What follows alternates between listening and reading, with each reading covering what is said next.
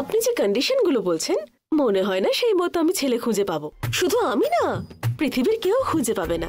এক কাজ করুন, একটু কষ্ট করে আপনি নিজে যান আর ছেলে খুঁজে আনুন। আপনি খুঁজে পেলে আমি বিয়ে দিয়ে দেবো।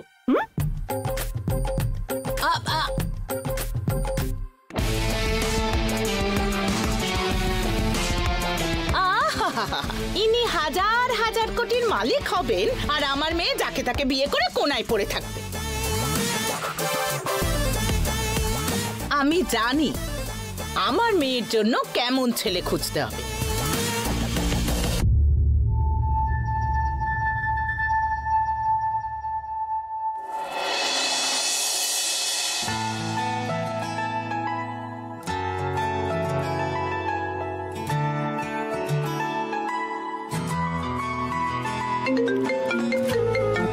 হ্যালো, কি খবর মিস্টার? বলুন ম্যাডাম, বলুন কি বলবেন। খুব গরম লাগছিল, তাই একটু জুস খাওয়ার জন্য রান্নাঘরে এলাম। আমি দেখতে পাচ্ছি তুমি যখন বসে খাবার খাচ্ছিলে তখন বিষম খেলে। আরে, এটা তুমি কি করে জানতে পারলে? কারণ আমি তোমার কথা মনে করছিলাম।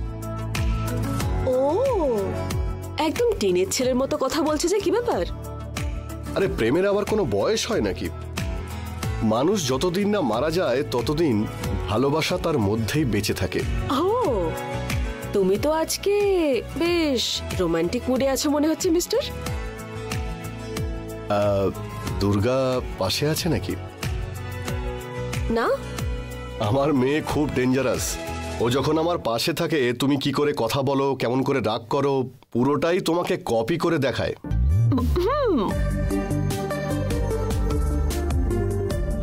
আরে বাবা, ওর জ্বালাতন আমি আর সহ্যই করতে পারছি না। একদিন ও আমাকে এসে জিজ্ঞেস করলো, আচ্ছা চাঁদ থেকে থুতু ফেললে সেটা কি সোজা এসে আমাদের এই পৃথিবীতে পড়বে? তারপর জিজ্ঞেস করলো, আচ্ছা আমাদের নাকের উপরেই কেন চোখ, তার বদলে চোখ নিচে আর নাক উপরে নেই কেন?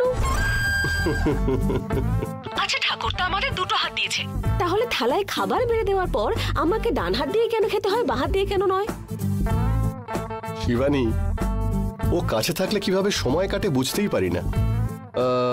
আচ্ছা তুমি দুর্গার মতো আরেকটা জেরক্স কপি কি আমাকে দিতে পারবে? যে কাজে গিয়েছিলে সেটা কি হয়েছে মশাই? তুমি ভালোই কথা ঘোরাচ্ছ। ওর বাড়ির কাছেই গেছিলাম। ও বলছে ও নাকি বাড়িতে নেই, কিন্তু আমি জানি ও আছে।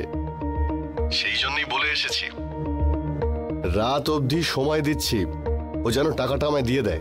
আর যদি না দেয় অনেকগুলো ছেলে এনে ওকে